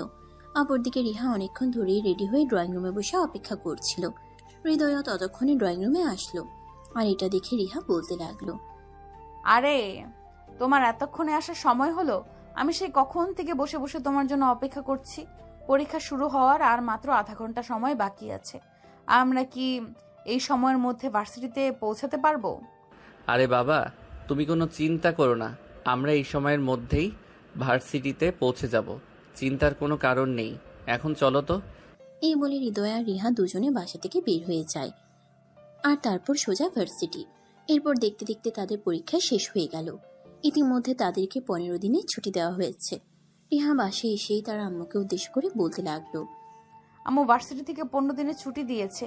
এই 15 দিন কি করা যায় বলো তো? তুমি কি করবে সেটা আমি তোমাকে কি করে বলবো? আমি ভাবছিলাম হৃদয় তো মনে হয় গ্রামের বাড়িতে চলে যাবে, তাকে গ্রামের বাড়িতে যেতে না দিয়ে আমরা কক্সবাজার কিংবা সেন্ট মার্টিন থেকে ঘুরে আসি। সেটা আমি কি করে বলবো? তুমি তাকে জিজ্ঞাসা করো, সে যদি যেতে চায় তাহলে চলে যাও, আমার তো কোনো সমস্যা নেই। তাছাড়া তোমার আব্বু ব্যাপারে কোনো আপত্তি করবে না। রিহা তখন আর কোনো কথা না বলে সোজা হৃদয়ের রুমে চলে গেল তার সঙ্গে কথা বলার জন্য। রিহা হৃদয়ের রুমে এসে দেখতে পেল হৃদয় গ্রামের বাড়িতে যাওয়ার জন্য তৈরি হচ্ছে, কাপড় চোপড় ব্যাগে ভরছে। এটা দেখে রিহা কি বলবে কিছুই বুঝতে না পেরে চুপচাপ দাঁড়িয়ে থাকে। আর এদিকে হৃদয় রিহাকে এভাবে দাঁড়িয়ে থাকতে দেখে প্রশ্ন করলো, কি ব্যাপার রিহা, কিছু হয়েছে নাকি? তুমি এভাবে দাঁড়িয়ে আছো কেন? তুমি কি আমায় কিছু বলবে নাকি? ও কই না, এমনিতেই তোমার রুমে আসলাম। তুমি কি বাড়িতে যাচ্ছ নাকি? দেখা যাচ্ছে তুমি কাপড় চোপড় গোছাচ্ছ। হ্যাঁ, আসলে আম্মু ফোন করেছিল। অনেক দিন ধরে তো বাড়িতে যাওয়া হয় না, সেই কবে বাড়ি থেকে আসা হয়েছে, তাই আম্মু আমাকে ফোন করে বলল পরীক্ষা যখন শেষ হয়ে গেছে আর কিছুদিনের ছুটিও দেওয়া হয়েছে ভার্সিটি থেকে, তাই আমি যেন গ্রামের বাড়ি থেকে একবার ঘুরে আসি আর বাবা মায়ের সঙ্গে দেখা করে আসি। ও আচ্ছা, তাহলে তো এটা খুবই ভালো খবর। ঠিক আছে, ভালোভাবে যাও। আর বাড়িতে পৌঁছে ফোন করতে ভুলবে না কিন্তু। আমি কিন্তু তোমার ফোনের জন্য অপেক্ষা করব, মনে থাকবে তো? আচ্ছা ঠিক আছে, কোনো সমস্যা নেই। আমি বাড়িতে পৌঁছে তোমাকে ফোন করে নিব। আর তোমার কথা আমার মনে থাকবে না কেন? 100 বার মনে থাকবে। আচ্ছা ঠিক আছে, তাহলে তুমি এক্ষুনি রওনা দিয়ে দাও। তা না হলে আবার বাড়িতে গিয়ে পৌঁছাতে পৌঁছাতে অনেক বেশি রাত হয়ে যাবে, তখন আবার গ্রামের বাড়িতে কোনো গাড়ি পাবে না। হ্যাঁ, এটা তুমি একদম ঠিক কথাই বলেছ। এখন যদি আমি বাসা থেকে বের না হই তাহলে অনেক বেশি লেট হয়ে যাবে, যার জন্য আমি স্টেশন থেকে নেমে বাড়িতে যাওয়ার জন্য কোনো গাড়ি পাবো না। এই বলে হৃদয় রুম থেকে বের হয় আর রিহার আম্মুর কাছ থেকে বিদায় নিয়ে বাসা থেকে বের হয়ে তারপর সেখান থেকে সোজা বাস স্টপের টিকিট কেটে তারপর হৃদয় রওনা দিল গ্রামের বাড়ির উদ্দেশ্যে। অপরদিকে রিহার সময় যেন কোনোভাবেই কাটছিল না। সে অপেক্ষা করতেই লাগলো কখন হৃদয় তাকে ফোন করবে। সে বারবার মোবাইল হাতে নেয় হৃদয়কে ফোন করার জন্য, কিন্তু সাহস পাচ্ছিল না। তার কেমন যেন একটা বাধা লাগছিল, তাই সে আর ফোন করলো না। নিজেই অপেক্ষা করতে লাগলো হৃদয়ের ফোনের। এইভাবে দেখতে দেখতে সন্ধ্যা হয়ে গেল, কিন্তু হৃদয় তখনও ফোন করলো না। তাই রিহা মনে মনে ভাবতে লাগলো হৃদয়ের হয়তো কোনো ঝামেলা হয়েছে, তাই সে ফোন করতে পারছে না। তখনই রিহা নিজের ফোনটা হাতে নিল আর সঙ্গে সঙ্গেই হৃদয়ের নাম্বারে ফোন দিল। দুবার রিং হওয়ার পরেই হৃদয় ফোনটা রিসিভ করলো আর বলতে লাগলো, কি ব্যাপার রিহা, তুমি এই সময় ফোন করলে? কোনো ঝামেলা হয়েছে নাকি? না মানে আসলে তুমি তো বাসা থেকে বের হয়ে গেছো, অনেকক্ষণ হয়েছে। তুমি বাড়িতে গিয়ে পৌঁছেছো কিনা সেটা জানার জন্যই আসলে আমার মনটা কেমন যেন করছিল, তাই তোমাকে ফোন করলাম। আরে বাবা, এত তাড়াতাড়ি আমি বাড়িতে কি করে পৌঁছে যাব? তুমি তো জানো ঢাকা শহরের রাস্তায় প্রচুর যানজট থাকে। ঢাকা থেকে বের হতেই তো অনেকক্ষণ সময় লেগে গেছে, আর আমাদের বাড়িতে গিয়ে পৌঁছাতে প্রায় আরও 2 থেকে আড়াই ঘন্টার মতো সময় লাগবে। আমি বাড়িতে পৌঁছে তারপরেই তোমাকে ফোন করব। আচ্ছা ঠিক আছে, তাহলে আমি রাখছি। আর হ্যাঁ, তুমি কিন্তু কিছু কিনে খেয়ে নিও, কারণ তোমার তো প্রতিদিনই সন্ধ্যাবেলায় কিছু খাওয়ার অভ্যাস। আজ তো তুমি বাসায় নেই, তাই আজ তো আর আমি তোমাকে কিছু খাওয়াতে পারবো না, তাই। আচ্ছা ঠিক আছে, কোনো সমস্যা নেই। আমি সামনে কোনো ভালো রেস্টুরেন্ট পেলে ওখান থেকে খাবার খেয়ে নেব, তোমাকে কোনো টেনশন করতে হবে না। এই বলে হৃদয় ফোনটা কেটে দেয়। আর তারপর রাত 8টার দিকে হৃদয় এসে গ্রামের বাড়িতে পৌঁছায়। বাড়িতে তাকে দেখে সবাই অনেক আনন্দিত হয়, আর সবাই তাকে নিয়ে আনন্দ উল্লাসে মেতে ওঠে। আর এদিকে হৃদয় সবার সঙ্গে কথা বলতে বলতে রিহার কথা একদম ভুলেই গেল। এদিকে দেখতে দেখতে রাত 10টার মতো বেজে গেল। হৃদয় রিহাকে ফোন করেনি। এদিকে রিহার তখনও বেশ চিন্তা হচ্ছিল, তাই সে মনে মনে ঠিক করলো সে এখন আবার হৃদয়কে ফোন করবে। যেমন চিন্তা তেমনই কাজ। তখনই সে নিজের মোবাইলটা হাতে নিল আর সঙ্গে সঙ্গে হৃদয়কে ফোন করলো। অপরদিকে হৃদয় তখন নিজের মোবাইলটা নিজের বেডরুমে রেখেছিল, আর এদিকে তার ছোট কাকি রিয়া তখন তার রুমের পাশ দিয়েই যাচ্ছিল। রিয়া ফোনের রিংটোনের আওয়াজ শুনতে পেয়ে হৃদয়ের রুমে প্রবেশ করে আর মোবাইল হাতে নিয়ে দেখে রিহা তাকে ফোন করেছে। তাই রিহার ফোনটা রিসিভ করে। হ্যালো রিহা। হ্যাঁ ফুফু, হৃদয় কোথায়? ও কি বাড়িতে গিয়ে পৌঁছেছে? হ্যাঁ, হৃদয় তো অনেকক্ষণ আগেই বাড়িতে এসে পৌঁছে গেছে। কেন, তোমাকে ফোন দেওয়ার কথা ছিল নাকি? না, আসলে সেরকম তো নয়। সে তো দুপুরের আগেই আমাদের বাড়ি থেকে বের হয়েছে, এতক্ষণে পৌঁছে যাওয়ার কথা। তাই আমি ফোন দিয়ে একটু খবর নিলাম। আর যাই হোক, কেমন আছো তোমরা? এই তো মামুনি, আলহামদুলিল্লাহ ভালোই আছি। তোমাদের কি অবস্থা? আর তোমরা কেমন আছো? আর হৃদয় যখন আসলো তুমি ওর সঙ্গে চলে আসলেই পারতে। আসলে আমার তো যেতে মন চাইছিল, কিন্তু হৃদয় আমাকে কিছুই বলল না। তাহলে আমি নিজেই যে কিভাবে তার সঙ্গে চলে যাই বলো? সে যদি আমাকে একটাবার বলতো সে আমাকে তার সঙ্গে নেবে, তাহলে আমি চলে আসতাম। ও আচ্ছা, এই ব্যাপার। আচ্ছা ঠিক আছে, কোনো সমস্যা নেই। আমরা তো ভাবছি কয়দিন পর সবাই মিলে তোমাদের ওখানে বেড়াতে আসবো। ও আচ্ছা, তাহলে তো এটা খুবই ভালো খবর।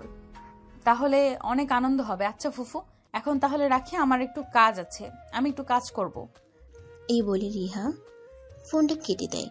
আসলে সে তো ফোন করেছিল হৃদয়ের সঙ্গে কথা বলার জন্য, কিন্তু হৃদয়ের সঙ্গে যখন কথা বলা হলো না, তখন আর তার অন্য কারোর সঙ্গে কথা বলতে ইচ্ছে করছিল না, তাই সে ফোনটা কেটে দেয়। ওদিকে গল্প গুজব শেষ হলে সবাই নিজেদের রুমে গিয়ে ঘুমিয়ে পড়ল। আর হৃদয় যখন নিজের রুমে আসলো, তখনই হঠাৎ তার রিহার কথা মনে পড়ল। তাই সে মোবাইলটা হাতে নিল। সে দেখতে পেল রিহা তাকে ফোন করেছিল, কিন্তু সেই ফোনটা অন্য কেউ রিসিভ করেছিল। তখন হৃদয় আর 7-5 চিন্তা না করে রিহার নাম্বারে ফোন দেয়। 2-3 বার রিং হওয়ার পরও রিহা ফোনটা রিসিভ করে না। আসলে হৃদয় ফোন করেনি, এটা দেখে রিহার খুব মন খারাপ লাগছিল। তাই সে বিছানায় না শুয়ে ব্যালকনিতে গিয়ে আকাশের তারা দেখছিল। তখনই সে মোবাইলে রিংটোনের আওয়াজ শুনে দৌড়ে বেডরুমে চলে আসে আর দেখতে পায় হৃদয় তাকে ফোন করেছে। তাই সে সঙ্গে সঙ্গেই ফোনটা রিসিভ করলো আর বলতে লাগলো, তুমি তো আচ্ছা বেঈমান মানুষ। আমি সেই কখন থেকে তোমার ফোনের অপেক্ষা করছি, তুমি একটাবার আমার সঙ্গে কথা বলার প্রয়োজন বোধ করলে না? না মানে আসলে তুমি তো এটা খুব ভালো করেই জানো আমার বাড়ির সবাই আমাকে কতটা ভালোবাসে। আর এতদিন পর গ্রামের বাড়িতে এসেছি, সবাই আমাকে নিয়ে এতটাই ব্যস্ত হয়ে পড়েছিল যে আমি তোমাকে ফোন করার সময়টাও পাইনি। I am so sorry, please আমাকে ক্ষমা করে দাও। তুমি যে সবার মাঝে আমাকে ভুলে যাবে এরকমটা আমি চিন্তাও করিনি। আমি তো ভেবেছিলাম 1000 মানুষের মধ্যেও তুমি আমাকে খুঁজে নেবে, কিন্তু এখন দেখছি আমার ধারণা সম্পূর্ণ ভুল। যাই হোক, এখন রাখি, ঘুমাবো, খুব ঘুম পাচ্ছে। এই বলে অভিমানী রিহা ফোনটা কেটে দেয়। আর এদিকে হৃদয় কিছুই বুঝতে পারছে না রিহা এগুলো কি বলল, আর কেনই বা সে এরকম কথা বলল। যাই হোক, হৃদয় এসব কিছু চিন্তা না করে বিছানায় শুয়ে ঘুমিয়ে পড়ল। এরপর দেখতে দেখতে আরো 2 দিন সময় কেটে গেল। আর এদিকে রিহার মনের মধ্যে অস্থিরতা বাড়তে শুরু করলো। সে কোনোভাবেই হৃদয়কে ছাড়া থাকতে পারছিল না, তাই সে বারবার হৃদয়কে ফোন করতে থাকে। হৃদয়, তুমি ঢাকায় ফিরে আসো, আমার একা একা থাকতে ভালো লাগছে না, প্লিজ তুমি ঢাকায় চলে আসো। আরে বাবা, ওখানে তোমার কত বন্ধু বান্ধব আছে, তাদেরকে নিয়ে তুমি একটু বাইরে থেকে ঘুরে এসো, তাহলেই ভালো লাগবে। তুমি তো জানোই এতদিন পর বাড়িতে এসেছি। এখন কি চাইলেই আমি চলে আসতে পারবো নাকি? সবার সঙ্গে সময় কাটাচ্ছি, কেউ তো আমাকে আসতে দিতে চাইছে না। তাহলে আমি কি করব সেটা তুমিই বলো। আমি কোনো কিছু জানি না আর জানতেও চাই না। আমি কাল সকালের মধ্যেই তোমাকে ঢাকায় দেখতে চাই। আর যদি ঘুম থেকে উঠে তোমাকে দেখতে না পাই, তাহলে আমি নিজেই তোমার কাছে চলে আসব, কারণ তোমাকে ছাড়া আমার থাকতে খুব কষ্ট হচ্ছে। এই বলে হৃদয় কে কোনো কথা বলার সুযোগ না দিয়ে রিহা ফোনটা কেটে দিল। আর এদিকে হৃদয় এসব কিছু নিয়ে চিন্তা করছে। যাই হোক ভিউয়ার্স, চলুন কথা না বাড়িয়ে মূল গল্পে ফিরে আসি। রিহার এসব কথাবার্তা শুনে হৃদয় তখন তার আম্মুর কাছে গেল আর তার আম্মুকে বলল, আম্মু, আমি কাল সকালে ঢাকায় চলে যাব। এইসব তুই কি বলছিস বাবা? তুই তো সেদিন বলেছিলি ভার্সিটি 15 দিনের ছুটি দিয়েছে, কিন্তু এখন তুই বলছিস তুই কাল সকালে ঢাকায় চলে যাবি। এতদিন পর বাড়িতে আসলি, আমাদের সঙ্গে আর কটা দিন থাক না। না আম্মু, আমি আর থাকতে পারবো না। আসলে তো আমি নিজেও চিন্তা করে এসেছিলাম যে এবার বেশ কয়েকদিন থাকবো গ্রামের বাড়িতে আর তোমাদের সঙ্গে খুব ভালো সময় কাটাবো, কিন্তু সেটা আর হবে না আম্মু। কারণ গতকালকেই আমার ভার্সিটি থেকে ফোন এসেছে, আমাদের সেমিস্টার 1 সপ্তাহ আগে থেকে শুরু হবে, তাই আমাকে চলে যেতে হবে। কিছু করার নেই। ঠিক আছে বাবা, কোনো সমস্যা নেই। তোকে তো ওখানে পড়াশোনা করানোর জন্যই পাঠিয়েছি। এখন তো পড়াশোনা বাদ দিয়ে বাড়িতে এসে বসে থাকলে চলবে না। ঠিক আছে, তুই চলে যা। এরপর হৃদয় নিজের রুমে চলে আসে আর বিছানায় শুয়ে ঘুমিয়ে পড়ে। পরের দিন ফজরের নামাজের আজান দিতেই হৃদয় ঘুম থেকে উঠে গেল। তারপর নামাজ পড়ে আর ঢাকায় যাওয়ার জন্য তৈরি হয়ে নিল। পরের দিন ফজরের নামাজের আজান দিতেই হৃদয় ঘুম থেকে উঠে গেল। তারপর নামাজ পড়ে আর ঢাকায় যাওয়ার জন্য তৈরি হয়ে বেরিয়ে পড়ল। সকাল 7টার বাসে ঢাকায় চলে আসে আর তার সেখানে এসে পৌঁছাতে পৌঁছাতে প্রায় দুপুর 1টার মতো বেজে গেল। এদিকে রিহা ড্রয়িং রুমে বসে তার জন্য অপেক্ষা করছে। হৃদয় বাড়ির সামনে এসে যখন কলিং বেলে চাপ দিল, তখন রিহা দৌড়ে এসে দরজাটা খুলে দেয়। আর হৃদয়কে দেখতে পেয়ে সে হৃদয়কে দৌড়ে গিয়ে জড়িয়ে ধরে আর বলতে থাকে, এতদিন তুমি কিভাবে ছিলে আমাকে একা ফেলে? তোমার কি একটু কষ্ট হয়নি নাকি? রিহার এরকম আচরণে হৃদয় কি করবে কিছুই বুঝতে পারছে না, কারণ সে কখনো এটা আশাই করেনি যে রিহা তার সঙ্গে এরকমটা করবে। যাই হোক, তারপরও সে নিজেকে কোনো রকম সামলে নিয়ে রিহাকে বলতে লাগলো। এই বলে হৃদয় রিহাকে কোনো রকমে নিজের কাছ থেকে ছাড়িয়ে নিল আর তারপর রিহাকে ধরে এনে সোফায় বসালো। আর এদিকে সে নিজের রুমে চলে গেল। ব্যাগটা রেখে ফ্রেশ হয়ে নিল, তারপর ড্রয়িং রুমে চলে আসে। রিহা তখনও সেখানে বসে আছে। হৃদয় তখন বলতে থাকে, রিহা, কি হচ্ছে এসব? তুমি আমাকে জড়িয়ে ধরেছো কেন? প্লিজ তুমি আমাকে ছেড়ে দাও। এটা তোমার বাড়ি আর এখানে যে কোনো সময় যে কেউ চলে আসতে পারে। আর তোমাকে আমাকে এভাবে দেখে ফেললে সবাই আমাদের নিয়ে ভুল কিছু চিন্তা করবে। যার যা চিন্তা করার দরকার সে তাই করুক, তাতে আমার কিছুই যায় আসে না। কিন্তু তুমি যতক্ষণ আমার কথার উত্তর না দিবে ততক্ষণ আমি তোমাকে ছাড়ছি না আর ছাড়বও না। তুমি কি করেছিলে আমাকে ছাড়া এতটা দিন?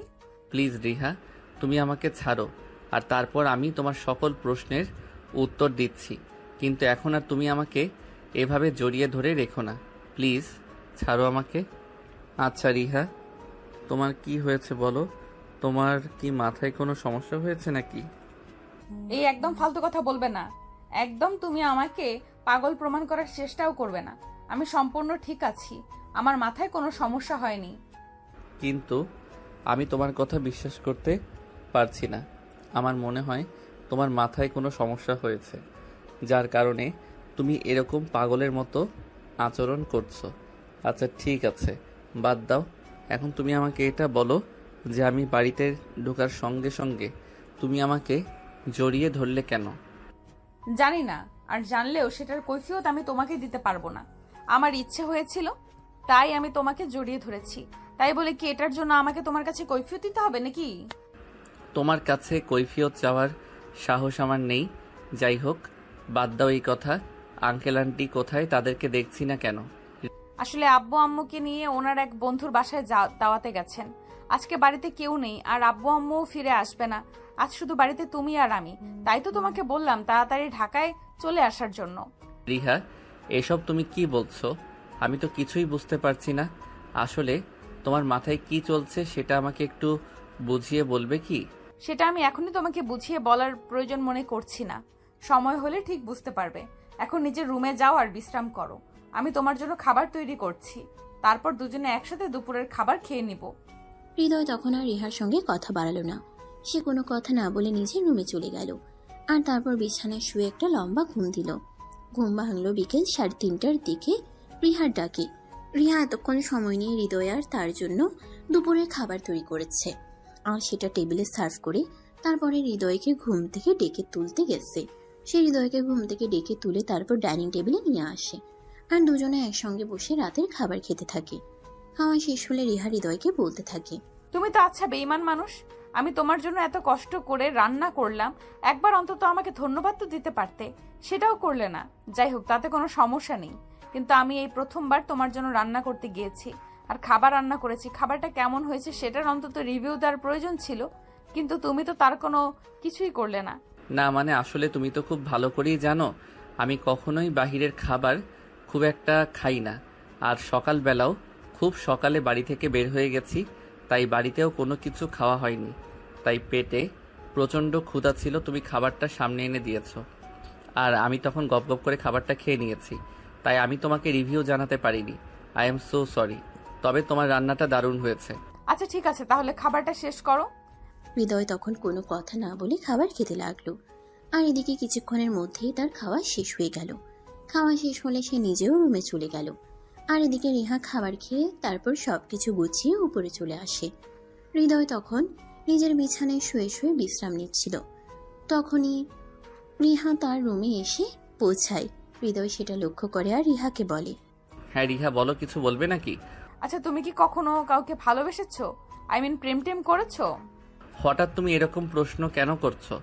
আমি তো সেটাই বুঝতে পারছি না। তাছাড়া আমি প্রেম টেম কেন করতে যাব? প্রেম করার মতো বয়স আর সময় কোনোটাই আমার হয়ে ওঠেনি। ও আচ্ছা ঠিক আছে, এমনি তোমাকে জিজ্ঞাসা করলাম আর কি।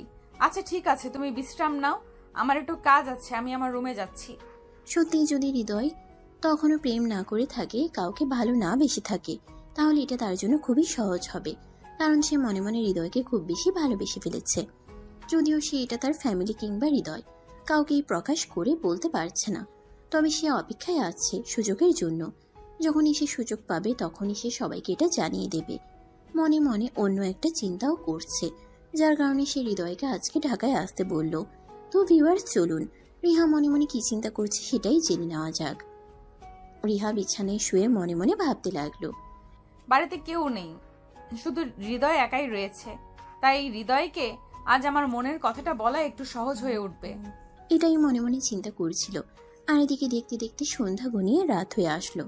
রাত আনুমানিক 9টার মধ্যেই তারা দুজনে রাতের খাবার খেয়ে নিল আর হৃদয় নিজের রুমে এসে ঘুমিয়ে পড়ল। অপরদিকে রিহা নিজের রুমে গিয়ে নিজেকে একটু পরিপাটি করে সাজগোজ করলো। রাত আনুমানিক তখন 11টার মতো বাজে। রিহা তখন হৃদয়ের রুমে আসে। হৃদয় তখনও ঘুমাচ্ছে। রিহা হৃদয়ের রুমের দরজাটা বন্ধ করে দেয়। দরজা বন্ধ করার আওয়াজ পেয়ে হৃদয় ঘুম থেকে জেগে উঠল। হৃদয় এই সময়ে রিহাকে তার রুমের মধ্যে দেখতে পেয়ে অনেকটাই চমকে গেল আর বলতে লাগলো, কি ব্যাপার রিহা, কিছু হয়েছে নাকি? তুমি এই সময়ে আমার রুমে, তাও আবার এত সুন্দর করে সাজুগুজু করে?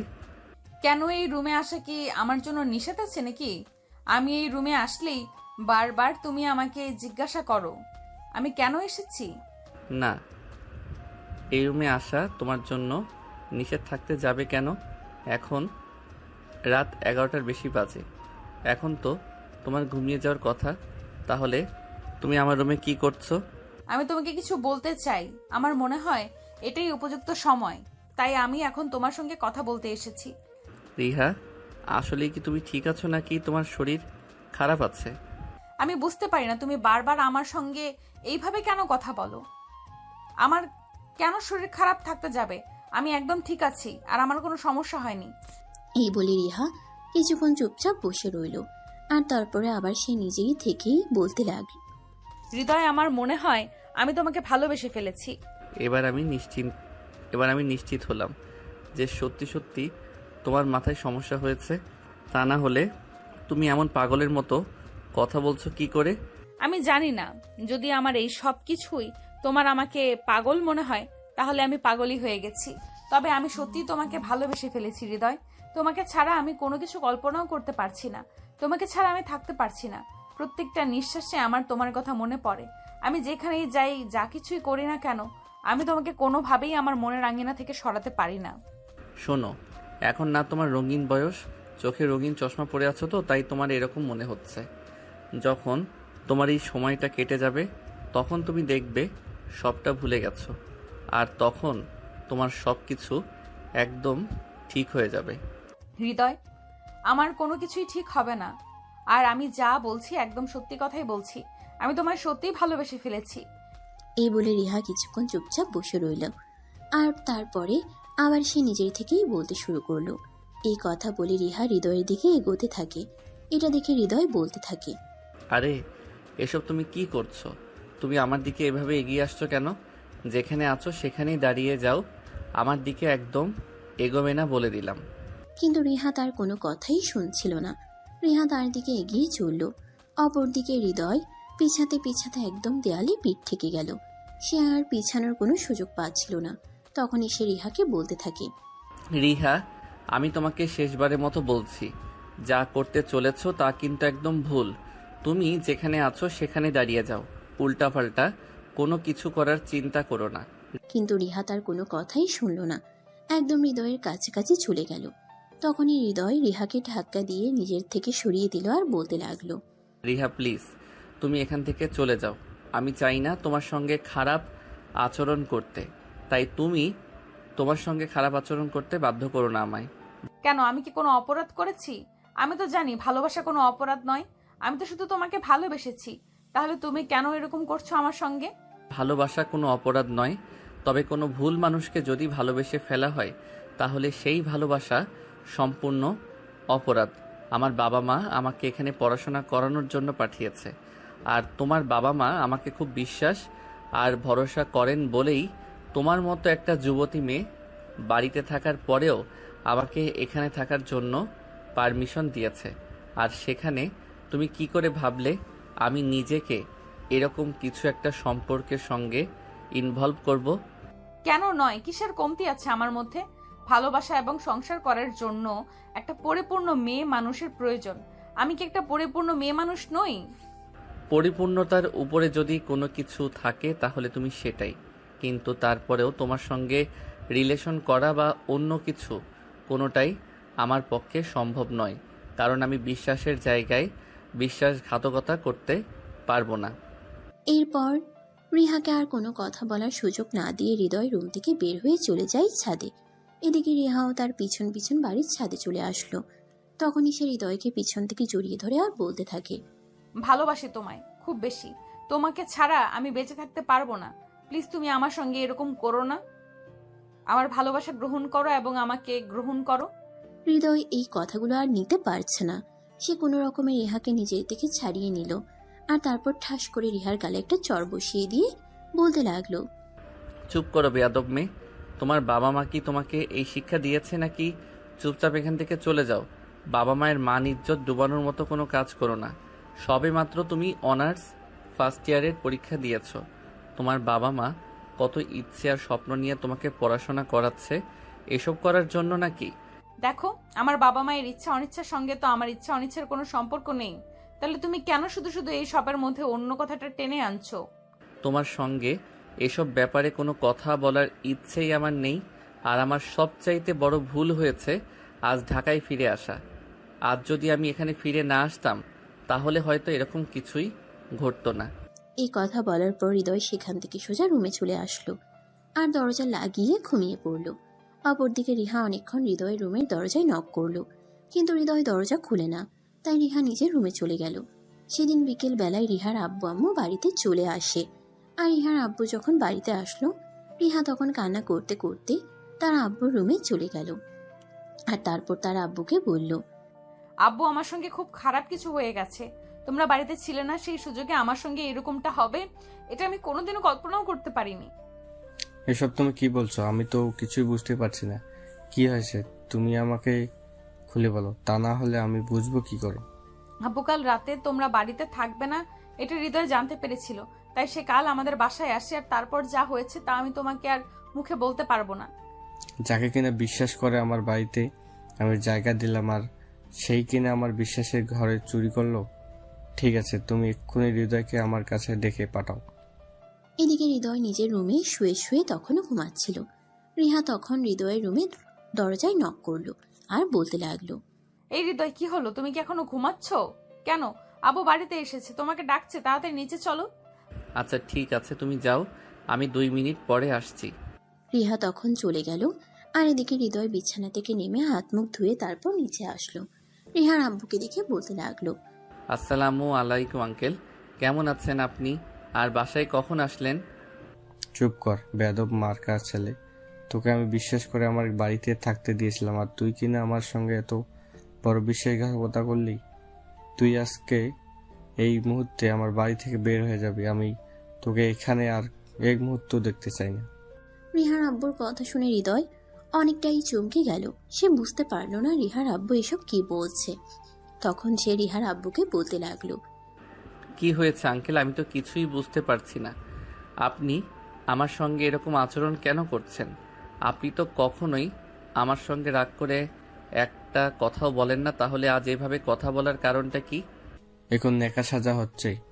তুই আমার এত বড় সর্বনাশ করছিস, তোর একটা বড় বুক কাঁপলো না আমার এত বড় একটা সর্বনাশ করতে? তুই কি করে পারলি আমার মেয়ের সঙ্গে এরকমটা করতে? মানে আঙ্কেল, এসব আপনি কি বলছেন? আমি আবার আপনার মেয়ের সঙ্গে কি করলাম? এটা আপনি ভাবলেন কি করে আপনার মেয়ের সঙ্গে আমি উল্টাপাল্টা কিছু করব? আব্বু, হৃদয় একদম মিথ্যা কথা বলছে। আমি তোমাকে যা বলেছি সবটাই সত্যি বলছি। আমি তো তোমার মেয়ে, আমি কি কোনোদিন তোমার সঙ্গে মিথ্যা কথা বলতে পারি? সে আমার সঙ্গে খুব খারাপ কাজ করেছে, আমার কাছ থেকে আমার সর্বস্ব ছিনিয়ে নিয়েছে। রিয়া, তুমি চুপ থাকো, তোমাকে কোনো কথা বলতে হবে না। যা করার আমিই করব। এই বেয়াদবটাকে আমি আজকেই বাড়ি থেকে বের করে দেবো, আর তারপরে এমন অবস্থা করব যেটা তুমি কল্পনাও করতে পারবে না। রিহা, এসব তুমি কি বলছো? আমি আবার তোমার সঙ্গে কি করলাম? তুমি কেন আমার সঙ্গে এরকম করছো? আমায় এই বাড়িতে থাকাতে যদি তোমার কোনো সমস্যা হয় তাহলে সেটা তুমি আমাকে সরাসরি বলো, আমি এখান থেকে চলে যাব, কোনো কথা বলবো না। কিন্তু তুমি দয়া করে আমায় কোনো অপবাদ দিও না। তুমি আমার সঙ্গে খারাপ কাজ করতে পেরেছো, সেখানে কোনো সমস্যা নেই, আর আমি সেটা আমার ফ্যামিলির মানুষকে জানিয়ে দিলাম, এতে তোমার খুব সমস্যা হচ্ছে। আব্বু, তুমি প্লিজ এর কথা বিশ্বাস করো না। আমি তোমাকে যেটা বলছি একদম সত্যি কথাই বলছি। এ আমার সঙ্গে খুব খারাপ কিছু করেছে। হৃদয় তখনও বুঝতে পারছে না তার সঙ্গে এসব কি হতে চলেছে, আর রিহা এসব কথা কেনই বা বলছে। অপরদিকে রিহার আব্বু তখনই হৃদয়কে বলতে লাগলো, এই বেয়াদবের বাচ্চা, তুই এক্ষুনি আমার বাড়ি থেকে বের হয়ে চলে যা, তারপর আমি তোর ব্যবস্থা করব। তুই যদি আজ আমার বোনের বাড়ির আত্মীয় না হতি তাহলে দেখতে পারতি আমি তোর কি অবস্থা করতাম। এসব তুমি কি বলছো আব্বু? ওকে আমি এখান থেকে চলে যেতে দিবে? তোমার মেয়ের সঙ্গে ও যা করেছে এর পানিশমেন্ট তো ওকে পেতেই হবে। আমি একে বিয়ে করব, তুমি তো বুঝতেই পারছো। এ আমার সঙ্গে যা কিছু করেছে, এরপর আমি আর অন্য কাউকে বিয়ে করব কি করে? তাছাড়া মানুষজন যদি জানতে পারে তাহলে কি কোনো ভদ্র ফ্যামিলির ছেলে আমাকে বিয়ে করতে চাইবে? তুমি এই সব কিছু নিয়ে কেন চিন্তা করবে না? তুমি তো আর কোনো কিছু করনি। যা করার তা তো এই অসভ্য ছেলেটাই তোমার সঙ্গে করছে, তাই তুমি কোনো চিন্তা করো না। না আব্বু, একদমই তা নয়। ওকে যদি শাস্তি পেতে হয় তাহলে ওর আমাকেই বিয়ে করতে হবে। ও কেন আমার কাছ থেকে আমার সবকিছু ছিনিয়ে নিল, তার ফল তো ওকে ভোগ করতেই হবে। তাই তুমি আজকে ওর সঙ্গে আমার বিয়ের ব্যবস্থা করো, তা না হলে ও এখান থেকে পালিয়ে যেতে পারে। তুমি এরকম একটা বজ্জাত ছেলেকে বিয়ে করবে? না, কখনোই আমি এটা হতে দিতে পারি না। তুমি আমার মেয়ে, এরকম একটা খারাপ ছেলের সঙ্গে আমি কখনোই তোমার বিয়ে দেব না। না আব্বু, আমি যা করছি একদম চিন্তা ভাবনা করেই বলছি। ও যখন আমার সঙ্গে এরকমটা করেছে তাহলে ওকেই বিয়ে করতে হবে আমাকে। এরপর আমি ওকে হারে হারে বোঝাবো আমার সঙ্গে এরকমটা করার ফল কি। রিহা, তুমি আমার নামে কেন মিথ্যা অপবাদ দিচ্ছ? কেন সত্যটা সবার সামনে বলছো না? এরপর হৃদয় কিছু একটা বলতে চাইছিল, কিন্তু রিহার আব্বু তাকে ধমক দিয়ে থামিয়ে দিল আর বলতে লাগলো, চুপ কর বেয়াদব মার্কা ছেলে, আর একটাও কথা বলবে না। আমার মেয়ে একদম ঠিক কথাই বলেছে, তোকে বিয়ে করতে হবে আমার মেয়েকে, এবং আজকেই বিয়ে করতে হবে। এই বলে তখনই রিহার আব্বু হৃদয়ের বাড়িতে এবং কাজে অফিসে ফোন করলো। হৃদয়ের বাড়ি থেকে সবাই কিছুক্ষণের মধ্যে সেখানে চলে আসে। তারা কেউ এটাই ভাবতে পারছে না যে হৃদয় এরকমটা করতে পারে। সবাই হৃদয়ের উপর প্রচন্ড অভিমান নিয়ে আসছে, কিন্তু হৃদয় কাউকে কিছু বলতেও পারছে না, কারণ সে যদি এখন কাউকে কিছু বলতে চায় তাহলে হিতে আরো বিপরীত হতে পারে। তাই এই মুহূর্তে চুপ থাকাটাই উত্তম। আর এদিকে দেখতে দেখতে তাদের বিয়ের কাজ সম্পূর্ণ হয়ে গেল। রাত 11টা বাজে। হৃদয় রুমে বসে আছে, আর তখনই রিহা রুমের মধ্যে প্রবেশ করলো। রিহাকে দেখেই হৃদয় বলতে লাগলো, তুমি কেন করলে আমার সঙ্গে এরকম? আমি তোমার কি ক্ষতি করেছিলাম যার কারণে তুমি আমার সঙ্গে এরকম করেছো? তুমি আমার যে ক্ষতি করেছো তার মাসুল আমি কোনোভাবেই নিতে পারতাম না। তুমি আমার মনটা চুরি করে নিয়েছো, আমাকে তোমার প্রেমে পড়িয়েছো, আর এখন কিনা তুমি আমাকে ভালোবাসা দিতে অস্বীকার করছো। তাই আমি এরকমটা করতে বাধ্য হয়েছি। হ্যাঁ, সেটা ঠিক আছে, কিন্তু তাই বলে তুমি আমাকে সবার সামনে এভাবে কলঙ্কিত করলে। সবাই আমাকে ভুল বুঝলো, কেউ তো সত্যটা জানতে চাইলো না। সবাই যদি সত্যটাই জানতে চাইতো তাহলে কি আমি তোমাকে পেতাম? তোমাকে তো আমার কখনোই পাওয়া হয়ে উঠতো না। তুমি তো অচিরেই আমার জীবন থেকে হারিয়ে যেতে। তাই আমি আর এটা করতে পারলাম না। আমাকে সামান্য একটু ছলনার আশ্রয় নিতে হলো। আর ভালোবাসার জন্য এটুকু করাটা খুব বেশি কিছু নয়। ঠিক আছে, এতক্ষণ তোমার যা ইচ্ছে হয়েছে তুমি তাই করেছো, কিন্তু এখন আমার যা ইচ্ছে হবে আমি তাই করব। তোমায় বিয়ে করেছি, ঠিক আছে, তাই বলে তোমাকে আমার স্ত্রীর অধিকার আমি কখনোই দেব না। তো তুমি কি ভেবেছো তুমি আমাকে স্ত্রীর অধিকার না দিলে আমি তোমাকে ছেড়ে দেব? এটা কখনোই না। তোমাকে যখন আমি আমার করে নিয়েছি তখন বাকিটাও আমি আমার মতো করে আদায় করে নিতে পারবো। এসব ব্যাপারে তোমাকে কোনো চিন্তা করতে হবে না মিস্টার হৃদয়। রিহা যখন কোনো কাজ করে তখন তার ভবিষ্যতে কি হবে সেটা সে চিন্তা করেই বুঝতে পেরেছেন মিস্টার হৃদয়। মানে তুমি কি বলতে চাইছো আমি কিছুই বুঝতে পারছি না। আপনাকে সব বুঝতে হবে না, আমি আপনাকে বুঝিয়ে দেব। চলুন তো এবার। এই বলে রিহা তখনই হৃদয়কে ধাক্কা দিয়ে বিছানার উপরে ফেলে দিল, আর সে হৃদয়ের বুকের উপরে উঠে বসলো। এটা দেখে হৃদয় বলতে লাগলো, আরে এসব তুমি কি করছো? তুমি আমার বুকের উপর উঠে বসেছো কেন? আমার তো নিঃশ্বাস নিতে কষ্ট হচ্ছে। প্লিজ তুমি আমার বুকের উপর থেকে নামো।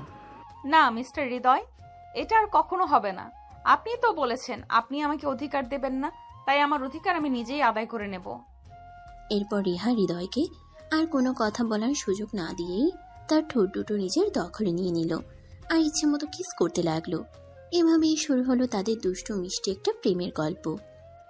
আমাদের আজকের গল্পটা এই পর্যন্তই ছিল। আমাদের এই গল্পটা আপনাদের কাছে কেমন লেগেছে তা সবাই কমেন্ট করে জানাবেন। কিন্তু সবাই ভালো থাকবেন, সুস্থ থাকবেন। আবার দেখা হবে নতুন কোনো একটা প্রেমের গল্পে। সে পর্যন্ত সবাই অপেক্ষায় থাকুন। আল্লাহ হাফেজ।